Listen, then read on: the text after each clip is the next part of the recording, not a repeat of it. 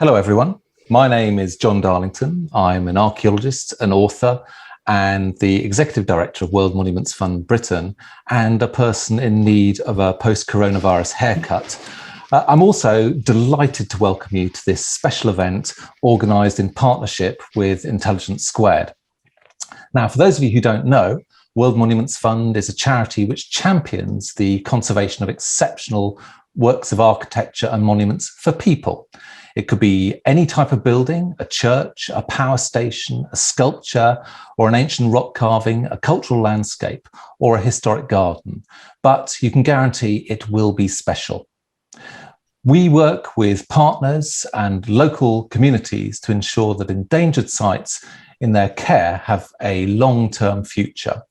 Our contribution may include funding, but it's just as likely to be in the form of advice on conservation management, on capacity building, advocacy, or on helping with educational or interpretive initiatives. Part of the World Monuments Fund mission is to engage people in heritage and to tell the story of places which have been shaped by history, why they're relevant today, and indeed their importance for the future. And today we're inviting you to go behind the scenes and discover the secrets of period dramas and the historic houses that help to bring them to life.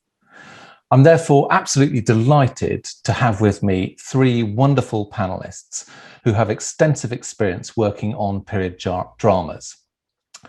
Firstly, joining us from not very far away from me in England is Nell Hudson, who's an English actress best known for her roles as Leary Mackenzie in the television drama Outlander and Nancy Skerritt in the period drama Victoria. Welcome, Nell. Thank you so much for having me, and thank you to everyone for coming. Hello. And all the way from Los Angeles, we have Julie Ann Robinson. And Julie Ann is a Golden Globe and BAFTA nominated television and film director who recently directed and produced the hit Netflix series Bridgerton. Hello, Julie. Hi, it's great to be here.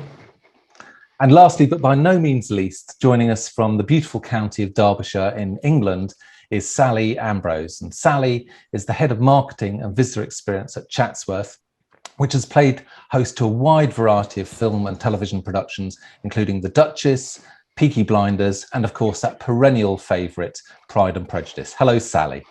Hello, it's great to be here. So we have three wonderful guests. We've got an event which is going to take approximately an hour. And towards the end of that time, we'll be taking your questions. And you can begin by submitting those questions now. And underneath the video screen, you should see a button that says Q&A, where you can enter your name and your question. And I'll try to get to as many of those as I possibly can towards the end of this session.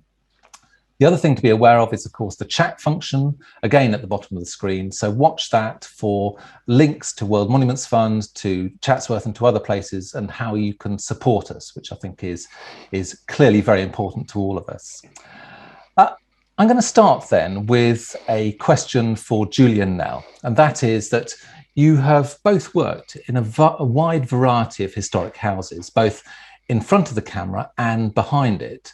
So perhaps, it's one of those probably very difficult questions, but also easy. And that is, which has been your favourite and why? Julie, let's start with you.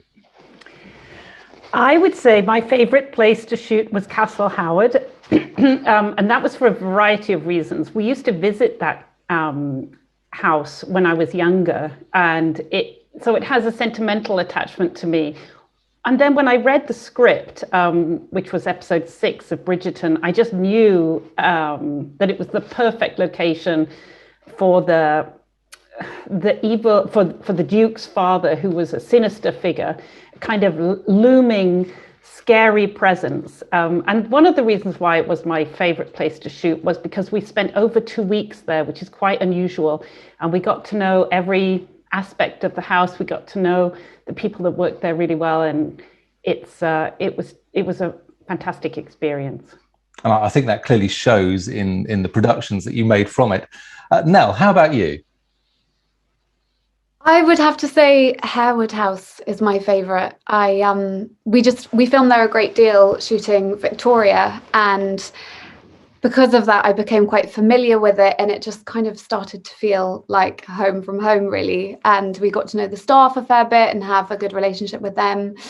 Also, what people might not know is that a lot of filming is waiting. You're waiting around quite a lot. So Harewood House actually has a vast plethora of activities for the public when it's open to the public. And I found myself, when I was waiting around between scenes, enjoying these activities. So I would go and I'd walk around the bird garden where you can see all these beautiful tropical birds. I'd be off climbing trees, much to the annoyance of the costume department. And even I once went in the adventure playground in full Victorian maid garb. And I went on the zip wire, and I suddenly realized halfway through the sky that I might be caught in the back of a shot, and there would just be this really bizarre Victorian maid swinging through the air in the back of a shot. But it was one of the reasons that I loved Harewood House. I have to say that that's an image which we'd love to capture somewhere. That would be just only. wonderful. If only. Okay, so our first kind of set of questions is really about why do we film in historic houses? And I think it's particularly relevant in a world where technological advances mean that we can create not just houses, but indeed whole planets through CGI, or we can build highly accurate sets in studios. So why do we keep on coming back to filming in these places? Julie, perhaps we can start with you on that one. There's nothing like shooting in a historic house, and believe it or not, we even have those out here in Los Angeles, although they wouldn't be historic by UK standards. It's absolutely wonderful out here to shoot at a place where, you know, Charlie Chaplin used to eat. There's a place called Musso and Frank's out here where I've shot. And then in the UK, you could never build these houses. It's not practical to build them, even in CGI terms, to build them if you want to go back and keep using them frequently. So that's my reasoning. There's an atmosphere that's captured, and it invigorates the actors. I think, Nell, do you agree? Definitely, absolutely. There's just nothing like the real thing for us actors, having to, you know, make believe that you are wherever you are and you're in whatever time the period drama is set in, when you've got, you know, a lighting guy just there and sound crew and cameras in your face. The bonus of actually being in a real historical place just helps transport you there for sure. So it's, in a way, it's a bit like a kind of an aid to method acting. You can get yourself really into character by being in the place. Absolutely. That is kind of the main challenge with playing a period character, is bridging that gap between how we today behave and interact and how people back then would have behaved and interact. It's just that little bit further of a distance to go when you're playing a character. And, you know, as much as costume helps with that, there is a tiny part of your brain that is aware this costume looks like a period costume, but in fact it was made for me, it's new. And location is, there's no artifice, it's the real deal. There's that specific smell that you get in old houses of the stone floors and the polished wood, and it's just so evocative and so useful for really transitioning into that time period. So it really helps the actors as well as the set production. Okay, so I guess the ability for houses to transport viewers to a different period is clearly a huge attraction. But there are times when they need to be molded to create the perfect set. So, Julie, how exactly do you make sure that the real life locations used in Bridgerton portray the fictional locations that are in the script? Well, with Bridgerton specifically, we really wanted a fairy tale world. And it's interesting, there's actually not very much of Regency England left. And we scoured the UK looking for Grosvenor Square, because obviously we couldn't use the real Grosvenor Square because it's like a traffic jam most of the time. And so we were scouring, and then one day the production designer and I were standing in the middle of a Regency Square in Bristol, and we looked at each other and we just thought, this isn't the fairy tale that we want. So what we decided to do was to create Grosvenor Square in post-production. So we combined two houses. One was the Ranger's house in Blackheath, which I used to live next door to. Oh, there it is. I used to live next door to that when I was living in England and walked past it every day. So we combined that house, which is a very warm, inviting, welcoming house, with this is the museum on the Royal Crescent in Bath as the Featherington home. You can see it's kind of cold and foreboding. So we placed these houses opposite each other and we built in CGI the square. And the logistics of doing this is really complicated. You have to get the continuity exactly right between the two houses, both in terms of time of day and then in terms of shooting. In terms of if you're going to shoot across something towards the other house, you have to transport all of the props, everything to each location. They're very far apart. And then in terms of creating the square itself, we had to do a drone shot, which was shot from the correct altitude and angle to be able to build the whole square in post. So, I mean, it doesn't bear thinking about, but we think about continuity in the sense that you have continuity of actors in a particular scene, but here you have to have continuity between different properties and a CGI property. It sounds incredibly complicated. Yeah, it is scary. I always think that directing is a bit like putting together a jigsaw puzzle, and you always are worried that there's going to be a key piece of that jigsaw puzzle missing when you get in post. That's why I do a lot of previs. I do a lot of storyboarding, especially when you're creating this romantic landscape that is a little bit hyper real. Fantastic. Well, we've heard a little bit then about how historic houses can be, how important they are for films and television shows. And indeed, what I'm hearing is that actually a lot of the time there's nothing better than the real thing, which is music to my ears as a heritage conservation person. Now, perhaps we can move on to talk about your experiences during filming.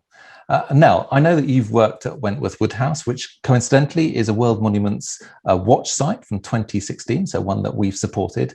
And of course, you've already mentioned Harewood House in Yorkshire many times.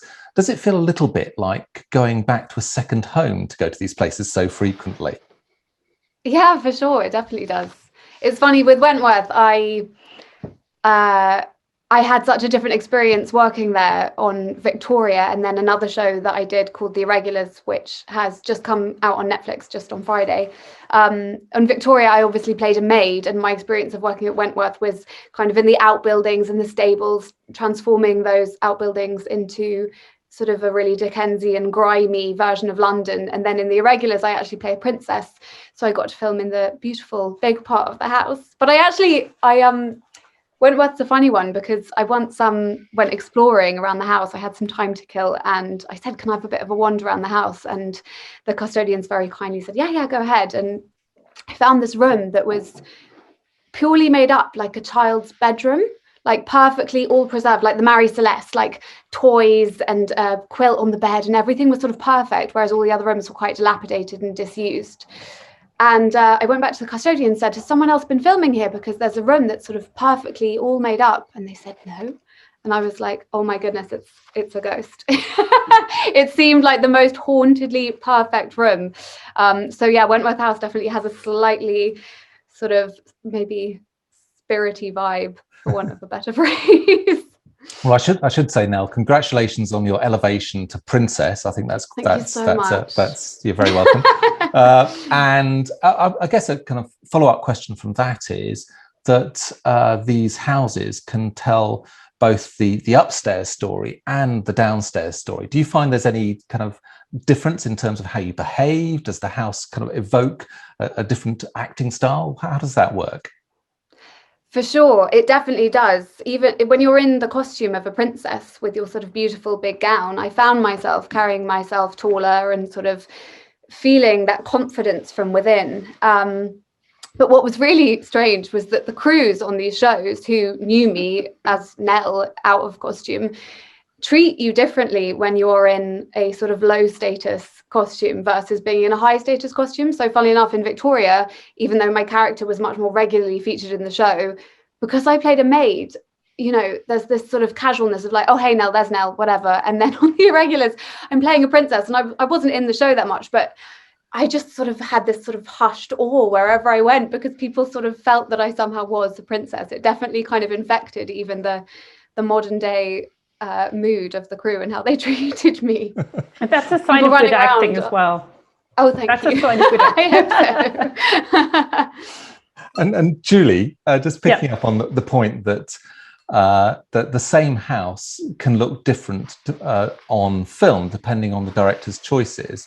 So lots of the locations in Bridgerton, for example, have been seen on screen before. So I'm thinking particularly of Wilton House, which appeared in The Crown as Buckingham Palace.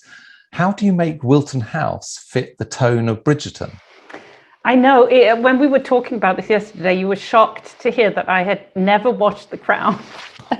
And I was not really aware of how extensively Wilton House had been used as Buckingham Palace when I chose it as a key location for Bridgerton.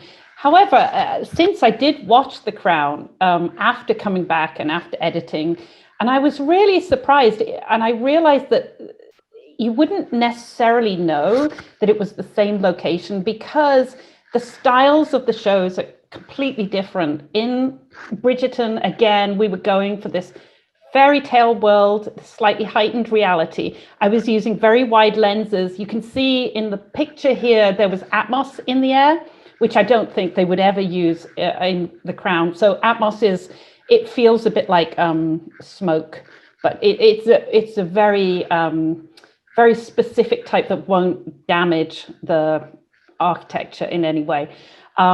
So it just feels very different. In The Crown, I saw when they were shooting Buckingham Palace, they tended to use kind of slightly longer lenses and they had more defined shots. Whereas I was hoping to capture the grandeur of the occasion, to place Daphne at the heart of it and the intimidation that she was feeling. So it's kind of how you use the house as well as the house itself. It sounds like the amount of choices that you have to make. It's not just a case of setting up with a camera and filming someone in a house. There's a whole range of other choices that you have to make as directors and producers to bring this to life, and that's the art of it. Yes, that is correct. And because you're given only limited timing in these houses, time is money. My experience is you really have to know how you're going to shoot it before you get there, and you have to have made all the key decisions well in advance. And so, yeah. Okay, so we've heard a little bit about how both of you as actors and the team behind the cameras, we've heard from you about how you would view these historic houses. But what about those whose, I guess, responsibility is actually to look after these places? Sally, you're head of marketing and visitor experience at Chatsworth, which has played host to a wide variety of productions. How do you choose which productions you actually allow to film? Well, first of all, we absolutely love period dramas. They really bring the house and the garden to life in such a magical, splendid way. And everybody just loves watching the filming where they can, and being extras also, if that's possible. But we do love filming at Chatsworth, and the main thing for us is we will really consider whether we can do it. You know, can we accommodate the film crew, the timings? We do flex as well, but we haven't done anything from a period drama point of view for quite a while, because we were very heavily used in terms of Pemberley for Pride and Prejudice and also for Death Comes to Pemberley. But we do documentaries, we do all sorts of other sort of, factual and drama series too. One of the things that was something I worked on was a large Bollywood film, and that's called Humshackles. And that was quite extraordinary. So the storyline is quite confusing, but also very funny, because it's a comedy, and the three actors that you can see there they have a lookalike, and the lookalike has a lookalike, because Humshackles basically means triples. And it's sort of, it was so exciting and vibrant, but it was rather challenging at times when the helicopters, which is always sort of the opening scene in some of the films, there were two of them who were doing what I can only describe as the equivalent of handbrake turns as they landed close to the front of the house, at which point I just had to say, stop now, too many times, scaring the sheep, enough now, I think you've got it. But other than that, it was fantastic. I take it the house wasn't open to visitors at that point in time. It was. It was. It was. I was stood on the end of the Emperor Lake, sorry, not Emperor Lake, at the canal pond by the Emperor Fountain, stopping visitors from walking into what could have been a really low flying zone as the helicopters came in really low. And everybody was just fascinated by it. But I think they did fly over a few too many times. And of course, the shooting is not always about the house itself. These estates are made up of extensive land and beautiful landscapes that can be used in all manners of types of production. So, Sally, I assume Chatsworth's been used in that way as well. Yes, absolutely. We had the James Bond Lotus Esprit, which was a submarine car, and that was from the 1977 The Spy Who Loved Me. And that came and drove down our main drive because it doesn't have a road license and it was filmed for Top Gear.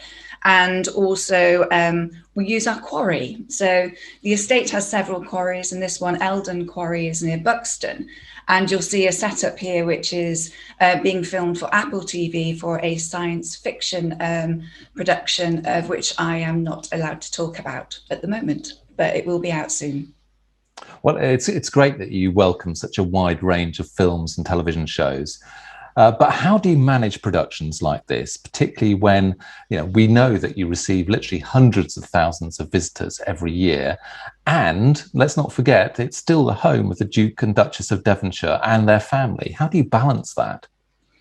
It is quite tricky to balance, but we do have times of the year when we're not open to the public in the house and in the garden. So those are opportune moments. We would never close down everything, I'm sure, but you never know. But I wouldn't have envisaged we would, because we want to be open for visitors. The other things are we film through the night.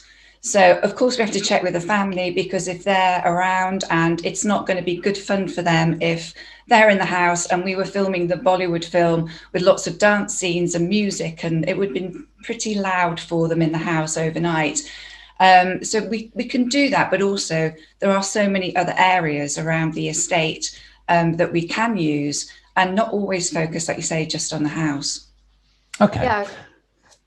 Just to jump in, I remember one of my favourite scenes we ever shot was actually in the grounds of Harewood, I think, and we shot on a boat on the lake, and it's this beautiful landscape. I think it was designed by Capability Brown, and it was just so picturesque. And we filmed on this tiny little rowboat, and then we had a picnic by the side of the lake with parasols and strawberries and cream, and I was basically in a dream because it was just so beautiful. I guess with historic houses, you've got that, as I say, wonderful mix of upstairs, great palatial rooms and elegance, downstairs where the work happens. You've got the estate with Capability Brown, you've got quarries. There's such variety for filmmakers to actually use. So I'm going to move on now because with working with these historic buildings, there must be a kind of weight of responsibility, particularly for filmmakers coming into these very precious buildings with their precious contents. And so you must always, Julie, I'm thinking particularly of you, be concerned that something in the house might get damaged or broken. And therefore you too have to balance between making the film and actually acknowledging the house has to look after its property. And I know that there was some not tension, but I guess, maybe a bit of tension at Castle Howard when you were filming particular scenes. Yeah, Sally, it's so great to get your perspective on it. Yes, Castle Howard is fairly well known, I guess, now for the bedroom scenes in Bridgerton. And when we're shooting those scenes, on set anyway, there's a rule, as Nell will know, of it being a closed set. So everybody who is superfluous to the scene has to leave, and all the monitors are closed down, and only absolutely essential personnel remain in the rooms. And you see Reggae there in the bed that's actually in Castle Howard.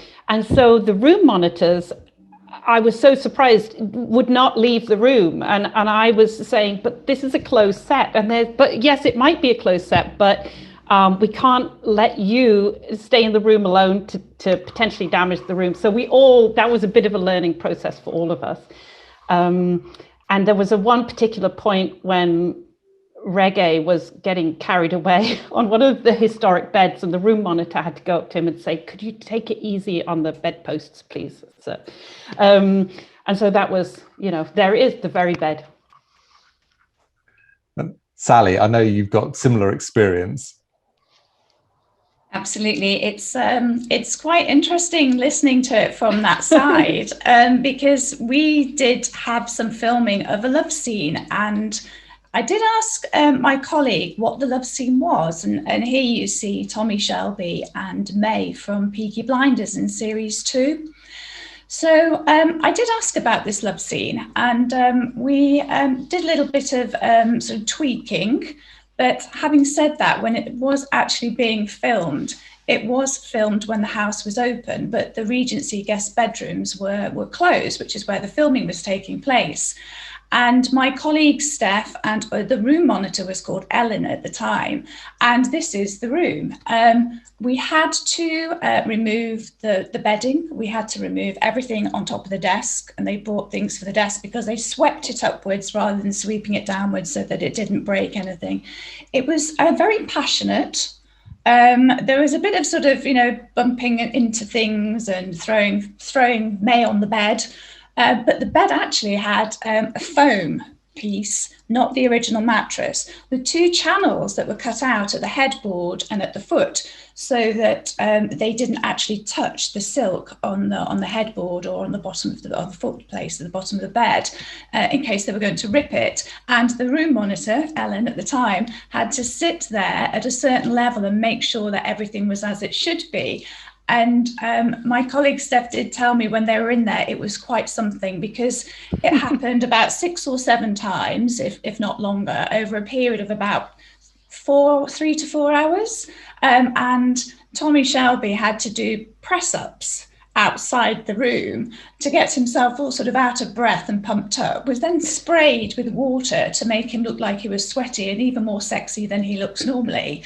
And in he went, in their paper, what she described as baking sort of paper pants and nothing else. And they filled the room with Atmos. And you could hear, you could hear the director speaking and giving direction, because music was played over the scene. So it was absolutely fascinating. But in hindsight, we probably might have done that a different time in the day. I might add, it's reassuring as an actor to hear that if there is a room monitor in the room when doing a love scene, they're not looking at you, they're just looking at the set, the bed, the soft furnishings, just making sure everything's fine. You don't even need to worry about being looked at. It's all good. Different perspective on things. Exactly. Yeah. Not interested. Of course, inevitably things are going to go wrong. So, I mean, in your experience, both Julie and Nell, are there any occasions when you've either got very, very nervous or things have gone wrong? I'll just dive in here. I would say the crews are very respectful of the houses in general. There was a moment when we were shooting in the assembly rooms at Bath, and I don't know if this is actually true or not, but we were told that the chandeliers in the ballroom were worth £5 million each. And I'd asked for these chandeliers to be lowered so that they could be part of the sequence and we could shoot across them. We had a Technicrane in that room, and the Technicrane was swooping down very, very close to these chandeliers. Now, I had total trust and faith in the Technicrane operator because he's a very long time collaborator of mine, and I know how good he is. But still, when I saw the crane moving past literally an inch from the chandelier down to the dancers below, I did have a difficult moment. I'm sure. How about you, Nell? I mean, we're always so careful. It's a very sort of respectful process filming in these places. It is slightly worrying when you're in period costume and often you have really big skirts, your spatial awareness completely changes because you're suddenly taking up more space than you're used to taking up, and you can sort of spin round to reach for your water bottle or something and find that your skirts have kind of swayed a thing that you haven't been aware of. But nothing's ever gone wrong. The closest thing that we had to going wrong was in the first series of Victoria, there was a storyline where Buckingham Palace became infested by rats, which did in fact happen. And we had 20 live rats on set, which wasn't fun for me. I'm not a fan. And they were on set, and then the animal handler rounded them up at the end and he only counted 19. And there was a horrible half an hour where we couldn't find the missing rat, which was a bit tense. But you found it. You found it in the end. We did in the end. We did in the end. Thank goodness. So Thank no harm goodness. done to the rat either. No Excellent. rats were harmed. Another challenge that can arise after the release of a television show or a film is that a house becomes associated with a successful production, and you often see a huge increase in visitor numbers which follow. So, Sally, how's Chatsworth dealt with that in the past? Because it must have happened. Yes, absolutely. In 2005, with Pride and Prejudice, there were a lot of people who came on the back of the film.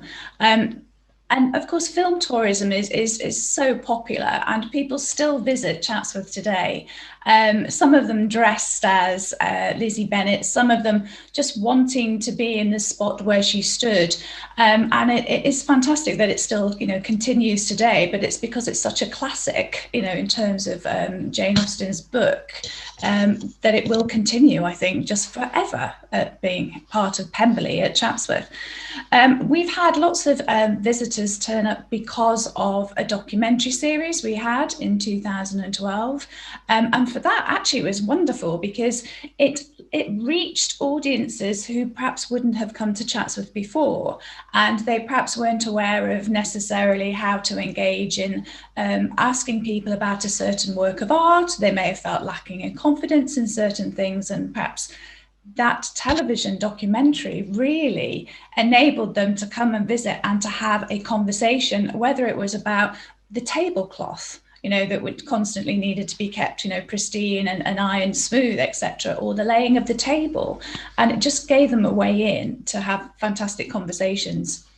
The other thing that is quite entertaining, and this is the Mr. Darcy Bust that we, at the time, John Oliver, who is what was called the comptroller then, he got it signed in the contract that we would be able to have the bust after the filming. And literally, it does sit now in the Orangery gift shop at the end of the house with "Please do not kiss" sign, as you see on the screen, because people do kiss Mr. Darcy in the Orangery. Well, I can take Maybe COVID will put an end to that. Indeed, I'm sure it will have done. I can take your Mr. Darcy, Sally, and I can raise you one, because in a previous life, I used to work for the National Trust in the Northwest, and just across the Peak District from Chatsworth is Lyme Park. Lyme Park was actually Pemberley in the television series Pride and Prejudice, the one with Jennifer Earle and Colin Firth. And there you can see the property making the very most of the fact that Colin Firth emerged from the lake virtually shirtless. The thing about Lyme Park is that when the television show came out, the visitor numbers went from something like 33,000 to over 90,000. So it can have that kind of impact. At Lyme, as I'm sure at Chatsworth, those properties can deal with it because they are big enough. Lyme itself was a party house. I think it's more problematic when you have a very small property. And the one which I can think of is Hilltop in the Lake District, which is Beatrix Potter's house. There you can see it. And it was the focus of a film starring Renée Zellweger. You can see her there, Miss Potter. The thing about Hilltop is that it's small, it's tiny, and it's approached in a little village through tiny narrow lanes. So it already gets 100,000 visitors. If you added on top of that the people who come because of Miss Potter, then you actually create quite a difficult problem. And part of the art of managing these places is actually how you deflect people, how you send people to different places, how you get them to go at different times, or indeed how you manage disappointment. One of the other interesting things about Hilltop it's worth mentioning is that it's a property which is very much loved by the Japanese audience, because many of them of a certain generation learnt English from Beatrix's books. And so I was wondering, Sally, in the same way that Hilltop has those different segments, do you find that different audience segments come to Chatsworth depending on the different productions which are made there? Yes, absolutely. There's a huge following for Pride and Prejudice, both in the United States, but also in China. And some of that is to do with the sense of romance and the history and the heritage, but some of it also is to do with the fact that it's also on reading lists as well in schools. So they kind of grow up with it. And the Chinese in Mandarin, the translation of Chatsworth actually is Mr. Darcy's house. Which is something that people find quite funny, because actually I think it was very similar for Blenheim as well. It's what they associate it with rather than a literal translation. But we do choose sometimes what we want to have filmed here based on different demographic, different audiences, and trying to appeal to a really broad range of potential visitors, because if we can connect with them, that's the most important thing for us. Now, the Duchess here, there's incredible stories about this as well. I spoke to my predecessor was involved in this one, particularly Simon Seligman, and he said that he actually spent time with Keira Knightley, showing her letters from Georgiana, all the things at the archive, so she could really get a sense of Georgiana's personality and start to really, live the character. And she was very famous at that time, in Pride and Prejudice less so. And there's some wonderful stories, again, about people wanting to have the first photograph of her in her dress with the wig and the hat, looking amazing. And as basically having spotters on the roof trying to stop, journalists and others with cameras, like taking photos and selling it. The security was intense, I believe. Yep, I have a story about that as well. When we were shooting in Bath, there was it was very strictly locked down in terms of the photographs that you could take that would give away any location. But people did take pictures of, a pavement or a wall and posted them to social media. And there were, in Brazil, there's a huge fan base for the Bridgerton series. And people were flying in from Brazil to come and watch the shoot, because they managed to kind of geolocate where we were and just flew, just got on the next plane and came. And it was just, I've never experienced anything like that. So it's fascinating, isn't it, in the way that film and television actually opens up these new audiences in different parts of the world, but you can't possibly imagine how those connections are made, but they are made. So it's a wonderful vehicle, a medium for, I suppose, engaging with heritage. I took a picture of a carpet once in Hackney Empire, and somehow they matched it with my assistant's picture of the same carpet, and they figured out it was the Hackney Empire. I mean, it was just, wow. It's like detective work. You just never know what's going to happen, do you? You really don't. Okay, so TV shows and films gain a sense of authenticity and grandeur from filming in historic houses, but there's also the benefit that we're sort of touching on at the moment from being featured on the screen. Sally, could you tell me what ways in which Chatsworth has benefited from being such a popular location for film and television? Film tourism for us is huge in terms of Pride and Prejudice, and I think that's great because it's also really good for the local visitor economy, and the amount of people who do, you'll know, John, the Pride and Prejudice tours, they probably come to Chatsworth and go to Lyme because they're so close together in geography. The other thing that filming does for us, as well as reaching more people, audiences, and increasing the awareness of how beautiful the landscape and the house is, and what a visit could be like. It's also the fact that there is some income on some of the filming that we take part in, not all of it, but some of them, yes. And the films tend to be more lucrative, in terms of, income for the Chatsworth House Trust. And the Chatsworth House Trust has a really long list of projects for conservation, restoration, and basically it's endless. So all the money that goes into the Chatsworth House Trust is basically spent on preserving Chatsworth for future generations.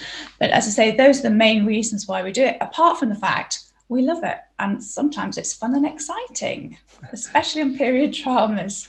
I'd say almost always. From us looking outside, looking in, for definite. I also think there's something really interesting about what we can learn from people who make television and who make films, as really them being master storytellers. And I recall we worked on there was a production called The Mill, which was based at Quarrybank Mill, another National Trust property in northwest England, which was all about a 19th century mill and the workers and the mill owners.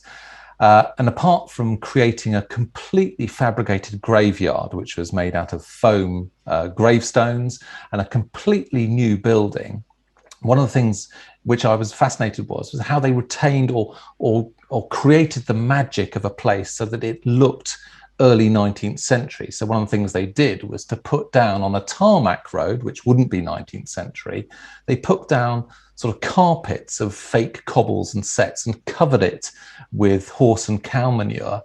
And actually the sense of loss when that fake cobbles went was really palpable. So it gets you to think about different ways of interpreting and ensuring the magic of historic houses is truly retained. I'm going to move to some broader discussion now before opening it up to the floor. And one of the things about World Monuments Fund is that our goal is to show people that heritage isn't just about bricks and mortar, but is in fact part of a wider conversation about culture. These buildings are extraordinary examples of history and architecture. And indeed, I believe that they're works of art in themselves. And the popularity of period dramas shows how heritage has a much wider appeal than one might think. These places are not just for academic history buffs or people who collect historic houses. The period dramas show us that there's a whole world of people who are fascinated by these. Nell, many of your most popular roles have been in period dramas. Why do you think fans are so obsessed, so interested in acting out stories from the past? I think a big part of it, and I say this as well as a fan of period dramas, is escapism. It's a wonderful, sumptuous world that we can completely lose ourselves in. And I think that, especially this past year, has been a really important thing for people. And I do also think that it is just a really human way to connect with history. And I think that people sort of need that because it creates a sense of humanity that is a consistent thread throughout all of time. Love is love and jealousy is jealousy, and all those emotions that people feel, we've always felt. And I think that that's a sort of really beautiful and important thing that we are reminded of through period dramas. Fantastic. And would you say that acting in period dramas and visiting these places, that's made you more interested in heritage and history? For sure, definitely. You can't help but sort of dive in completely into the history of places where you visit to film, and it's such an honor and privilege that it's part of my job that I get to go to these incredible places that I otherwise might not get to. And also, as I was saying, I'm a fan of so many things. So the photo that's currently on the screen is Castle Doon in Scotland, which in Outlander is Castle Leoch, which I knew as the set of Monty Python and the Holy Grail, which I was obsessed with as a child. So I was really fangirling Monty Python when I was there. That's wonderful, wonderful. Julie, Bridgerton has been an amazing success, and it reached #1 in a whole range of countries across the world. Why do you think that show resonated with so many people? I think the thing that Shonda does particularly well is the human relationships. There is a character for everyone on that screen. Everybody can identify with one of the characters on that screen, that ensemble. And something that we really try to do in terms of casting, something that we were really thinking about, was this relatability. So Phoebe, particularly Phoebe Dynevor, who plays Daphne, she is a porcelain beauty. Here she is on the screen, but she has a very relatable quality about her. She's a very modern, kind of down-to-earth, relatable person inside this gorgeous face, and that relatability is something that we really were striving for in terms of the casting. Yeah, from my perspective, I think the thing about Bridgerton was relevance. It just felt at the right time, totally relevant to where we are now, and I thought that was very strong actually in that particular show. We are now approaching, we've got a quarter of an hour to go. So I just wanted to kind of wrap up this session by saying that I'm sure that you've loved hearing the stories and seeing the behind the scenes scenes from all these amazing productions. And they're really a testament to how the film industry and the heritage sector are often serving the same goal. And that is, as I've said before, telling stories that entertain and capture the imagination and therefore make people engage and feel close to and care about heritage. World Monuments Fund is a champion for heritage, both in its conservation and in showing people how engaging heritage can be. What's more, our work doesn't only focus on stately homes in the UK, which my team are particularly involved in, but we also work on projects across the world involving local communities in the restoration of sites of historical and cultural significance. And I just wanted to add that at this stage, just this last weekend, we in the UK have, with our partners in New York, have completed 2 UK government funded projects, one to restore the National Museum in Taiz in Yemen. And you can imagine that's no mean feat considering the ongoing conflict that's taking place there and indeed the impact of coronavirus. And then the second project, which literally just concluded on Sunday, was the graduation of 43 students in Tripoli in Lebanon, where we've been training them to become conservation stonemasons. These students are both Syrian refugees and local Lebanese. And the idea of the project is that you give people the skills to restore the war-damaged heritage of the region.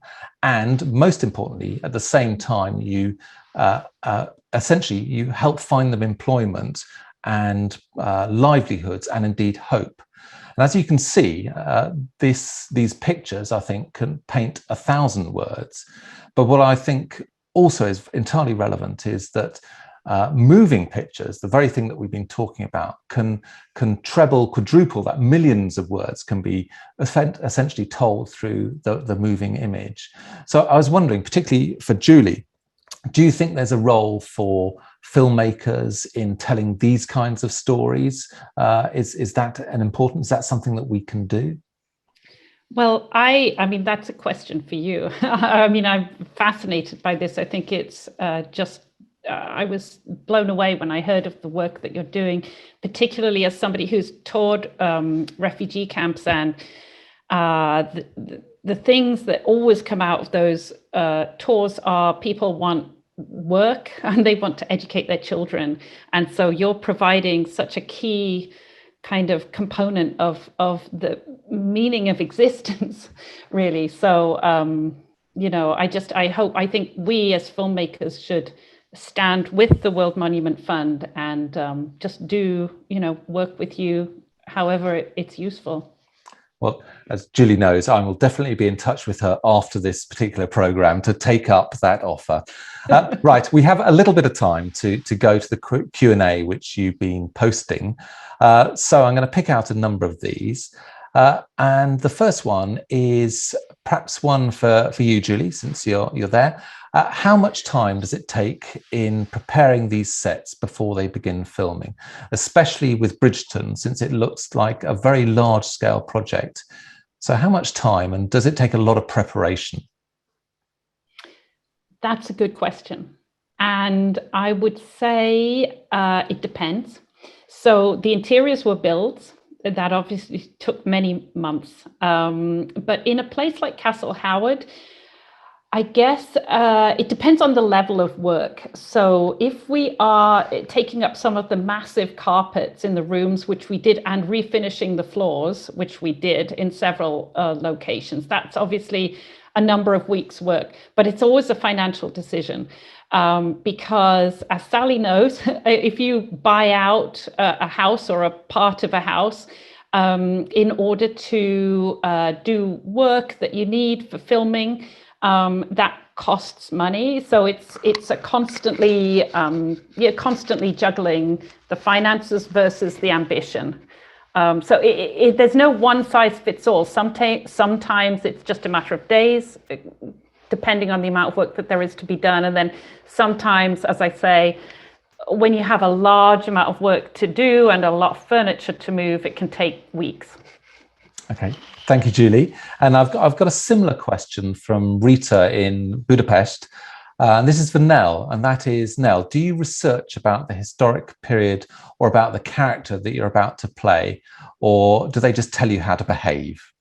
No, I do research. I read for Victoria, for example, I read a really useful book called Serving Victoria, which was actually a collection of diary entries by various members of the Buckingham Palace staff that worked for Queen Victoria, which was literally the most invaluable primary source for the part that I was playing. So that contained diary entries from, I think there was a butler who was writing diaries at the time, and then there was one of the governesses for the children, and it just provided this incredibly rich tapestry of sort of all the different downstairs elements of the house. So yeah, I tend to try and be quite thorough, because you never know what you'll stumble upon. You might find out a tiny little detail that you can sort of hook onto and incorporate that into your character's inner life. Okay, that makes perfect sense. I've got a question now for Sally. Sally, this is, do you feel that the story of Pride and Prejudice has become a part of the history of Chatsworth, and will it continue to be? It's an interesting question. If you come to Chatsworth, you do feel as though, if you are a Jane Austen and a Pride and Prejudice fan, that you are at Pemberley. However, there are those who really, it completely passes them by, and it is Chatsworth. So it's one element. People have lots of different reasons for coming to Chatsworth, and everybody has their own version of it. And for those that love Pride and Prejudice and Jane Austen, wonderful.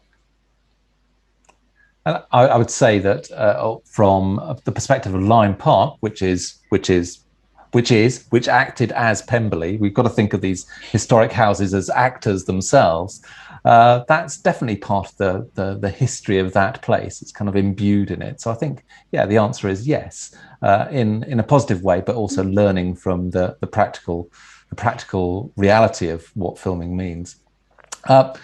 I've got another one for Julie, and that is, would you geolocate a scene in a wrong site for practical financial reasons, i.e. using an English house for a French house? Does this throw up any specific problems? That sounds quite technical. Yes. I mean, we do it all the time. So you will shoot, I mean, I've shot Austin for LA. I've shot Pittsburgh for New Jersey. I've shot, it goes on and on. You're always doubling. And again, I hate to come back to this. It's usually for a financial reason. It depends on where the tax breaks are. I know Prague is used a lot. So yes, is the simple and straightforward answer to that. Okay. And another one for Nell, which is, Nell, as an actor, how do you prepare for the role in terms of dressing, etc.? So I think it's quite a practical one. I say, are there trailers near the house? Do you have to go far from the filming site after the shoot? What facilities are there for food and drink? So I guess the practicalities, how does that feel when you're in period dramas? I just wanted to say on the last question, we cheated a house, Harloxton Manor, is it called Manor? Harloxton House. One of the photos in the slides was Harloxton House for France. And what was so strange was that the house felt like France. So I think those cheap locations, it's often because the atmosphere there feels so correct. And the week that we spent there, I felt like I was on holiday in France. But to answer the costume question, I pride myself on being so adept with a corset now. I can do up my own corset and lace it and unlace it all behind my back because I've done so much period drama. So the costume girls normally at the end of the day come into your trailer and like de-rig you out of all these layers and the crinolines and all that stuff, and I can now do it like this. So I'm very proud of that fact. I can get myself dressed and undressed in period garb.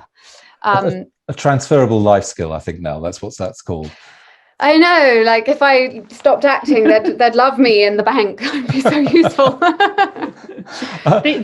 Just to chime in, there's usually a small city almost called a base camp, which is parked usually within walking distance of the house, and that's where all the. And sometimes when we're filming like outside in the woods or something, you just have a little prop-up tent or pagoda where you have to do all your changing sort of just in a little tent. But they always bring it to you. They make it easy for us actors. Sally, last question for you, then we're going to wrap up. But I've got one question for you all. But Sally, one for you is: are there any particular rooms not open to the public that you are not allowed to be filmed in? That's quite a tricky question because it depends what it is. But where the family live, I wouldn't ask because it's their home, essentially. And there are so many other rooms in the house anyway that are absolutely spectacular. So I'm sure we could accommodate whatever it was. And actually, I think there was a comment made about the size and scale of rooms. We're really fortunate at Chatsworth to have some pretty large rooms. So from a filming perspective, I think we probably have interiors that would fit the bill anyway, without even looking in terms of rooms that others perhaps wouldn't see. Thank you, Sally. And one question which none of you may be able to answer, and that is, have you anything in the pipeline in terms of period dramas which you can tell us about? Julie's saying no. I can't, no. Okay, I'd ask that question. My only thing in the pipeline is Texas Chainsaw Massacre, so that's not at all a period drama. That's for sure.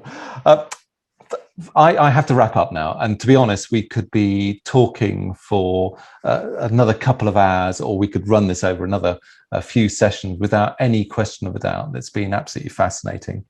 So I have to say my thanks have to go to Julianne Robinson, to Nell Hudson and Sally Ambrose for your brilliant insight in today's event, and of course to Intelligence Squared for their help in putting it all together. So thank you for that. Thank you. Much applause to all three of you. Thank you.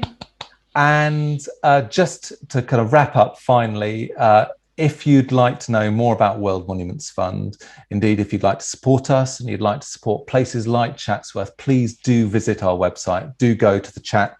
Hopefully there are some links there, and follow us. We need your support in terms of making sure that these magnificent buildings continue to be magnificent in the future, and continue indeed to be at the heart of the local communities that live, visit and work in and around them. So that's really important to us and hopefully to you. So please join us, sign up to our newsletter, donate if you wish to. That would all be greatly appreciated. If you're interested in our future events, again, look at the website.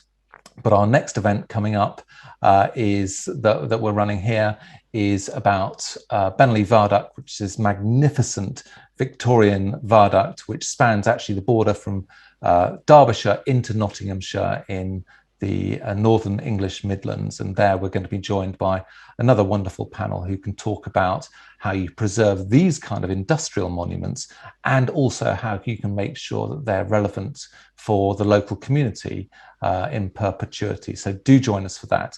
It just remains for me to say, once again, thank you very much to our wonderful panelists. Thank you everyone else for joining us. I hope you enjoyed it, and hopefully we'll see you again at another event. Thank you very much, and goodbye. Thank you. Thank you. Thank you.